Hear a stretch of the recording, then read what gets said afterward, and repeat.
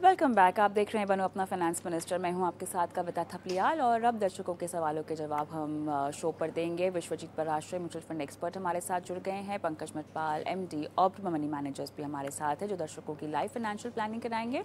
और आसिफ हजारीबाग मेरे साथ फ़ोन लाइन पर जुड़े हुए हैं। आसिफ नमस्कार, कैसे हैं आप? आसिफ, क्या आपको मेरी आवाज़ आ रही है? जी जी, मैं सुन पा रहा हूँ। जी, कैसे हैं आप? झारखंड से आप फ़ोन कर रहे हैं। बताइए, आपने अपना सवाल हमें भेजा है। पराग पारे का flexi cap, UTI Nifty index, PGIM का मिड कैप है, कैनरा बैंक को स्मॉल कैप, कैनरा बैंक को का ही ब्लू चिप आपके पास है और क्वांट का स्मॉल कैप है। हम्म। कितना आप सभी में 5,000 रुपये डाल रहे हैं कि कुल मिला के हाँ, पाँच सभी मैं हज़ार है ये? 5,000 डाल रहा हूँ। अभी प्राक पारिक में फिर मैंने कुछ बढ़ाया है, 15,000 SIP किया है। ओके ओके, कब तक निवेश करना चाहते हैं? ये तो मैं लॉन्ग टर्म के लिए कर रहा हूँ, 10 से 15 साल के लिए, 15 ईयर्स मिनिमम। ओके, तो इसमें से ठीक मैं है। चाहता हूँ कि मैं मेरे पोर्टफोलियो को और कुछ इसमें सजेशन दिया सकता है, कुछ माइनस करने के लिए या प्लस करने के लिए, तो मैं चाहूँ। चलिए बताते हैं आपको क्या करना चाहिए। पंकज जी, आपके पास है ये सवाल। अ, थोड़ा सा मिड कैप और स्मॉल कैप में पंकज जी इनका ज़्यादा नहीं है निवेश? इनका लार्ज कैप में इन्वेस्टमेंट देखिए, लार्ज कैप में दो फंड्स हैं, एक इंडेक्स फंड है और दूसरा Canara Robeco blue chip fund. तो दो लार्ज कैप और साथ ही जो फ्लेक्सी कैप है, पारंपरिक फ्लेक्सी कैप, उसमें भी आप देखेंगे लार्ज कैप एक्सपोजर ज्यादा है। तो मेरे हिसाब से तो देखिए सारे फंड्स में से, क्योंकि सेम अमाउंट की SIP चल रही है तो लार्ज कैप एक्सपोजर ज्यादा है। बाकी मिड कैप स्मॉल कैप भी पोर्टफोलियो में है। इनके पोर्टफोलियो में मिसिंग है, अगर हम असेट एलोकेशन की बात करें तो डेट मिसिंग है, गोल्ड मिसिंग है। तो इसके लिए आजकल जैसे कि मल्टी एसेट एलोकेशन फंड है, मैं हमेशा अपनी राय रखता हूं कि उस फंड को शामिल करेंगे तो थोड़ा एक्सपोजर आपको डेट में और गोल्ड में भी मिल जाता है। तो उसको कंसिडर किया जा सकता है, क्योंकि लार्ज कैप में से आप एक फंड को अपने SIP कैंसिल करके उसकी जगह पर आप एक मल्टी एसेट एलोकेशन फंड को ऐड कर सकते हैं। जैसे Aditya Birla Sun Life multi asset allocation fund है, उसको आप कंसिडर कर सकते हैं। साथ ही आपने कहा कि आप लंबे समय के निवेशक हैं, 15 साल की आप बात कर रहे हैं।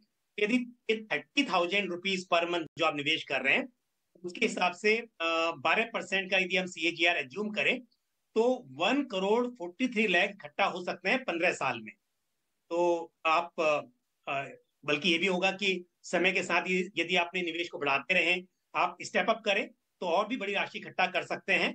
लेकिन क्योंकि आप 30,000 पर मंथ कर रहे हैं, तो एक कैलकुलेशन के हिसाब से बता रहा हूं आपको कि करीब 1,43,00,000 आपके इकट्ठा हो रहे हैं 15 साल में, 30,000 रुपये महीने के हिसाब से। ऑलराइट, आसिफ, कोई सवाल पूछना है आपको पंकज जी से? नहीं, तो मैं चाहता हूँ कि इसमें से कौन सा मतलब म्यूचुअल फंड डिलीट कर दूँ या उसको ये करके मल्टी एसेट ऐड कर लूँ। मेरे ख्याल से आपको एडिशन की ज़्यादा यहाँ पे सलाह दी जा रही है, पर पंकज जी किसी से निकलना हो तो फिर किस में से निकलें? बिल्कुल, जैसा मैंने कहा आसिफ आपको कि लार्ज कैप में आपके पास एक्सपोजर ज्यादा है, तो और लंबे समय के निवेशक है, 15 साल की बात कर रहे हैं। ऐसे में आप दोनों में से Canara Robeco blue chip fund और दूसरा आपके पास में जो है UTI निफ्टी इंडेक्स फंड, इन दोनों में एक काम कीजिए, क्योंकि एक पैसिव एक एक्टिव है, मैं बंद करने की सलाह नहीं दूंगा। दोनों में आधा आधा कर दीजिए निवेश को आप। तो उसके अब बाकी जो बचेगा आधा आधा करने के बाद में उस पैसे को आप मल्टी एसेट एलोकेशन फंड में निवेश कर लीजिए। ऑलराइट, चलिए आगे बढ़ते हैं। अगले दर्शक मेरे साथ तेजस चौहान है राजकोट से। Tejas, hi, good evening. Hello madam, good evening. Okay, आपने जो पोर्टफोलियो भेजा है उसमें आपके पास कैनरा बैंक का ब्लू चिप भी है, स्मॉल कैप भी है, कोटक का इमर्जिंग इक्विटी है, क्वांट का फ्लेक्सी कैप है, SBI का कॉन्ट्रा फंड है। स्टेप अप करना चाहते हैं आप SIP 10%, जो कि अच्छी बात है। और PPF में आपके पास पैसे हैं 10 लाख रुपए। PPF में आपकी वाइफ के पास भी हैं और 10 लाख पोस्टल लाइफ इंश्योरेंस में भी है और आपकी वाइफ का भी 6 लाख का है इसमें। 2 करोड़ 10 साल में ये आपका और आपकी वाइफ का कंबाइंड निवेश है ना? आपकी वाइफ ने एक म्यूचुअल फंड्स में निवेश नहीं किया है? नहीं, दोनों का 15,500 दोनों में सेपरेटली है। अच्छा, दोनों के पैसे जाते हैं इन्हीं फंड्स में? हाँ, इन्हीं फंड्स में, दोनों का सेपरेटली। फंड सेम है पर दोनों के सेपरेटली। तो आप ये बताएं मुझे कि दोनों के पोर्टफोलियो में सेम फंड्स हैं कि ये राशि आप दोनों कंट्रीब्यूट करते हैं? फंड भी सेम है और राशि भी सेम है। अच्छा, ओके। मेरे ख्याल से अगर उनका अलग से कोई पोर्टफोलियो हो तो डाइवर्सिफाई किया जा सकता है। बहरहाल वो विश्वजीत जी बताएंगे। बताइए सर। जी बिल्कुल मैडम कविता जी, आपने बिल्कुल या ठीक बताया कि अगर वाइफ का भी पोर्टफोलियो है तो प्रेफरेंस रहेगी कि वो अलग फंड्स का चुनाव करें, ताकि उनका ओवरलैप भी नहीं होगा और डाइवर्सिफिकेशन का भी लाभ मिलेगा। तो मेरे हिसाब से वाइफ के लिए अलग से एक छोटा सा पोर्टफोलियो बना सकते हैं। और जो 15,500 का ये निवेश कर रहे हैं उसमें कुछ फंड जो ये जिसमें इन्होंने निवेश किया हुआ है वो काफी अच्छे फंड हैं, कैनरा रोबेको स्मॉल कैप या फिर कोटक इमर्जिंग इक्विटी फंड। तो ये सारे अच्छे फंड्स हैं जिसमें इसमें बने रहें। और वाइफ के लिए ये एक अलग से एक छोटा सा पोर्टफोलियो बनाए, जिसमें कि मैं सलाह दूंगा कि पराग पारिक फ्लेक्सी कैप फंड या फिर एचडीएफसी फ्लेक्सी कैप फंड में से एक फंड में चुनाव कर सकते हैं। इसके अलावा Nippon India small cap fund में भी निवेश कर सकते हैं। तो 2-3 अलग फंड्स ले लें तो डाइवर्सिफिकेशन हो जाएगा। और जो 15,500 रुपए की जो एसआईपी कर रहे हैं उससे 2 करोड़ का लक्ष्य थोड़ा सा एम्बिशियस है, क्योंकि 10 साल का पीरियड थोड़ा सा कम है। तो मेरी सलाह रहेगी कि थोड़ा सा एसआईपी और इंक्रीज करें। और इन्होंने बताया कि वो स्टेप अप कर सकते हैं, तो करीब करीब 25,000 रुपए ये मंथली एसआईपी स्टार्ट करें और 15% अगर हर साल स्टेप अप करें तो ये अपने लक्ष्य के करीब पहुंच जाएंगे। मैं इनको सलाह दूंगा कि वो जो रिटायरमेंट की प्लानिंग है जिसमें पीपीएफ है और जीपीएफ है उसको ना छेड़ें, मैं उसमें इंक्लूड नहीं कर रहा हूँ। ये केवल म्यूचुअल फंड सिप से ही अगर 2 करोड़ तक का लक्ष्य करीब पहुंचना चाहते हैं तो ये स्ट्रैटेजी फॉलो करें। और इसके अलावा इनका पोर्टफोलियो काफी अच्छा है, उसमें बने रहें। मेरे हिसाब से 2-3 फंड में और ऐड करें और सिप को और इंक्रीज करें तो ये अपने लक्ष्य के करीब पहुंच जाएंगे। दूसरी एक और चीज़ जो मुझे समझनी थी, हालांकि विश्वजीत जी पीपीएफ एक ऐसी निवेश का विकल्प है जो आपके पास होना ही चाहिए, बट इनके पास 22 लाख है, इनकी वाइफ के पास 10 लाख है पीपीएफ में। रिटायरमेंट के लिहाज से पीपीएफ होना अच्छी बात है, लेकिन यहाँ राशि कुछ ज़्यादा नहीं है क्या? इसको रिटायरमेंट के गोल के लिए कहीं और डाइवर्सिफाई किया जा सकता है अगर उनको ये रिस्क लेना है तो? जी कविता जी, मैं नॉर्मली सलाह देता हूँ कि थोड़ा सा आपका डेट में भी पोर्टफोलियो अच्छा होना चाहिए और पीपीएफ से थोड़ी स्टेबिलिटी आती है पोर्टफोलियो में। तो इसको बने रहने दें। और पावर ऑफ कंपाउंडिंग, जब ये रिटर्न्स थोड़े से कम है म्यूचुअल फंड्स के कंपैरिजन में बट बिल्कुल गारंटीड है, तो रिटायरमेंट के लिए बहुत अच्छी सेफ्टी हो जाती है। और नॉर्मली जब आप रिटायर होते हैं 60 साल के बाद और आप 30-35 साल का जीवन आपने जीना होता है, तो एक अच्छा कॉर्पस हो 50% पोर्टफोलियो बल्कि आपका रिटायरमेंट के लिए होना चाहिए। बाकी गोल्स के लिए आपको लोन मिलता है, रिटायरमेंट के लिए आपको कोई लोन नहीं मिलता। अच्छा, 10 लाख की जो पोस्टल लाइफ इंश्योरेंस है इनके पास, उसके लिए क्या करें ये? जी पोस्टल लाइफ इंश्योरेंस में ये बने रह सकते हैं। और मेरे हिसाब से जो भी इनका एनुअल पैकेज है उसका एटलीस्ट 10 टाइम्स इनका इंश्योरेंस होना चाहिए, तब जाके ये इंश्योरेंस से अपना जो इनका सम एश्योर्ड होना चाहिए। तो वो बेसिक इंपॉर्टेंस है। इन्वेस्टमेंट्स इंश्योरेंस के बाद आती हैं, तो सबसे पहले अपना इंश्योरेंस का कवर पूरा करें अगर कम है। तेजस, कोई सवाल पूछना है विश्वजीत जी को? मैडम मेरा ये कहना था कि 15,500 की मेरे में भी एसआईपी चालू है और मेरे वाइफ में भी 15,500 की सेम है। दोनों जो फंड भेजे है ना वो दोनों में कंटिन्यू है। उसी पर सलाह दी विश्वजीत जी ने, उन्होंने शुरुआती इसी बात से की है। विश्वजीत जी कुछ दोहराना चाहेंगे आप? जी बिल्कुल कविता जी, इन्होंने 15,500 बताया था, तो मेरे हिसाब से अगर करीब 30,000 रुपए के निवेश कर रहे हैं मंथली एसआईपी तो ये अपने गोल के करीब पहुंच जाएंगे अगर 15% का ये स्टेप अप करते हैं। और फंड्स अलग रखें, दोनों फंड्स अलग अलग करें, सेम फंड्स ना रखें, ताकि आपको डाइवर्सिफिकेशन भी मिलेगा और ओवरलैप भी नहीं होगा। कुछ फंड्स के मैंने नाम बताए हैं, Nippon India small cap fund, Parag Parikh flexi cap fund और SBI large and mid cap fund. तो ये 3-4 फंड्स में डिफरेंट पोर्टफोलियो बनाए तो अच्छा रहे। ऑल द बेस्ट तेजस। राघव जोशी मेरे साथ फोन लाइन पर हैं अहमदाबाद से। राघव, हाय, गुड इवनिंग, कैसे हैं आप? Hi madam, good evening. मैं ठीक हूँ। ये एलआईसी की कौन सी पॉलिसी है आपके पास? जीवन तरुण। ओके। 3 टैक्स सेवर फंड क्यों रखे हैं पोर्टफोलियो में?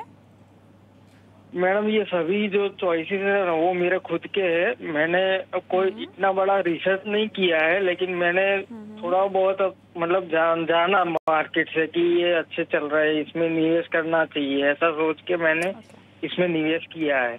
जो आदित्य बिरला टैक्स रिलीफ 96 है ना, उसमें मैं तकरीबन 2 साल से निवेश करता आ रहा हूँ 3000 रुपये। ओके। और बाकी के जो है उसमें हाँ मैडम, बाकी में 2500 ऐसे डिवाइड किया हुआ है मैंने पोर्टफोलियो। कितने सालों से कर रहे हैं जो टैक्स सेवर है? तीनों टैक्स सेवर्स में कितने सालों से आप पैसे लगा रहे हैं? नहीं, बाकी ये जो 2 टैक्स सेवर है ना उसमें मैंने अभी शुरू किया है, जब जनवरी से, इसी साल के जनवरी से शुरू किया है। ओहो, अच्छा। सब में, तीनों में कि 2 में? 2 में। तो आदित्य मतलब 2 कौन से? 2021 से किया है आदित्य बिरला में। अच्छा, ठीक है। एक में 2 साल हो गए और बाकियों में आपने अभी अभी शुरू किया है। हाँ। क्या करना चाहते हैं इस पोर्टफोलियो के साथ? मैडम मुझे तो मैंने ऐसा सोचा है कि अगर मुझे 20 साल का लंबा अवधि में जुड़ा रहूंगा इसमें, और मुझे 1 CR चाहिए, और अगर हो सके तो 15 साल में मुझे 40 लाख चाहिए। 15 साल में 40 लाख, ओके। पंकज जी, आपके पास आऊँगी मैं।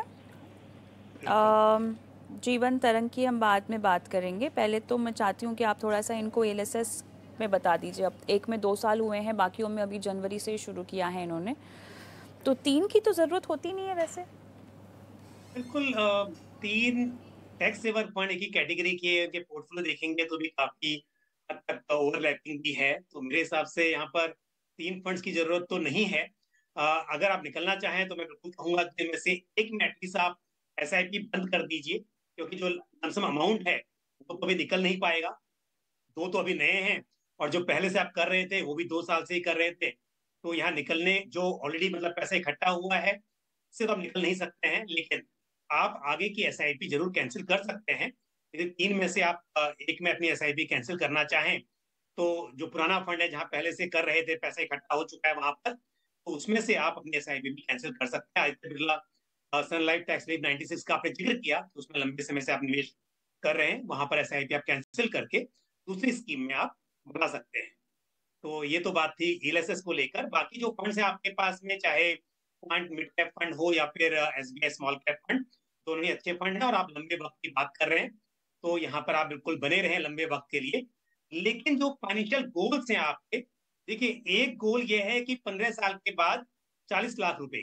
तो यदि आप 12,000 रुपया महीना निवेश कर रहे हैं, और यहाँ पर हम एक CAGR जो 12% का हम लेके चलते हैं इक्विटी के हिसाब से, तो आपके पास करीब 57 लाख रुपीज इकट्ठा हो सकते हैं 15 साल के बाद।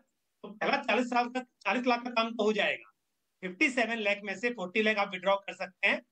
लेकिन जो बाकी बचेगा 17 लाख, और साथ में जो आपकी SIP चल रही है 12,000 की, वही चलती रहे, तो आपके पास 20 साल के बाद से 40 लाख इकट्ठा हो सकते हैं, जबकि आपको जरूरत है 1 करोड़ रुपए की।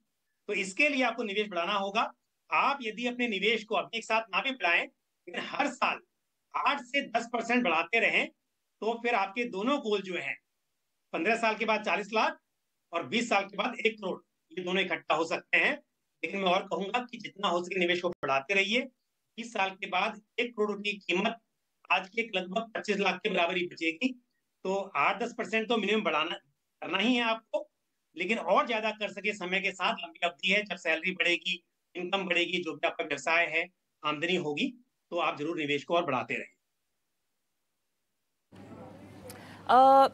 LIC पॉलिसी के बारे में क्या कहेंगे इन्हें आप? ये ट्रेडिशनल प्लान है, और कविता हमेशा जब भी बात होती है मैं तो वैसे यूलिप को भी रिकमेंड नहीं करता हूँ। लेकिन ट्रेडिशनल प्लान्स में आपको पता है कि यहाँ पर ट्रांसपेरेंसी भी नहीं है, ऊपर से रिटर्न्स जो होते हैं वो काफी कम होते हैं। तो मेरे हिसाब से तो इस तरह की पॉलिसी में निवेश नहीं करना चाहिए। लेकिन आपको ये कहूं कि पॉलिसी बंद कर दीजिए, उससे पहले आपको बहुत सी बातें देखनी होंगी कि आपके पास टर्म प्लान है कि नहीं है, कितना कवर अवेलेबल है। कहीं ऐसा ना हो कि दूसरी पॉलिसी भी नहीं है, इसमें जो भी थोड़ा बहुत कवर है वो भी ना रहे। लेकिन यदि आपके पास टर्म प्लान है, सफिशिएंट इंश्योरेंस कवर है, तो मैं यही सलाह दूंगा कि आप इस तरह की पॉलिसी में इन्वेस्टमेंट ना करें, क्योंकि लंबी अवधि में जब आप पैसे को देखते हैं तो जितना पैसा मिलता है 15-20 साल के बाद उसकी वैल्यू बहुत कम हो चुकी होती है, रिटर्न्स बहुत पुअर होते हैं। तो इस तरह के प्लान में निवेश करने की सलाह मैं नहीं देता हूँ। ऑल द बेस्ट राघव आपके पोर्टफोलियो के लिए, और हम भी शो को आगे बढ़ाते हैं। और चलिए अब सीधा रुख कर लेते हैं निवेश के गुरु मंत्र की ओर।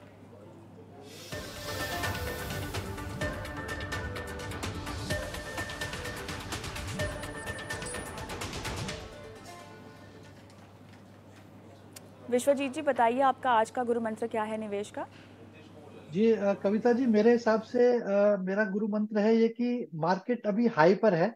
मैं ये नहीं कहूंगा कि ऑल टाइम हाई पर है, क्योंकि मार्केट हमेशा अपना नए हाई अचीव करती रहती है। लेकिन ये सही समय होगा कि अपना पोर्टफोलियो में एसेट क्लास जो है उसको रिबैलेंस कर लें, अपने एसेट एलोकेशन को रिबैलेंस कर लें। अगर आपका इक्विटी का पोर्शन थोड़ा सा बढ़ गया है, मान लीजिए 60-40 आपका एसेट एलोकेशन है, और वो अब मार्केट के हाई होने से 70-30 हो गया है, 10% 15% अगर बढ़ गया है, तो थोड़ा सा पोर्शन आप डेट में शिफ्ट कर सकते हैं। और अगर गोल्ड में भी आप इसमें ट्रांसफर कर सकते हैं, क्योंकि गोल्ड भी एक अच्छी अपॉर्चुनिटी है इस समय। सोवरियन गोल्ड बॉन्ड्स भी मार्केट में अवेलेबल है, तो वहां पे भी आप अपना एक्सपोजर देख सकते हैं। तो बहुत सही समय है अपना एसेट एलोकेशन रीबैलेंस करने का। पंकज जी, आपका गुरु मंत्र?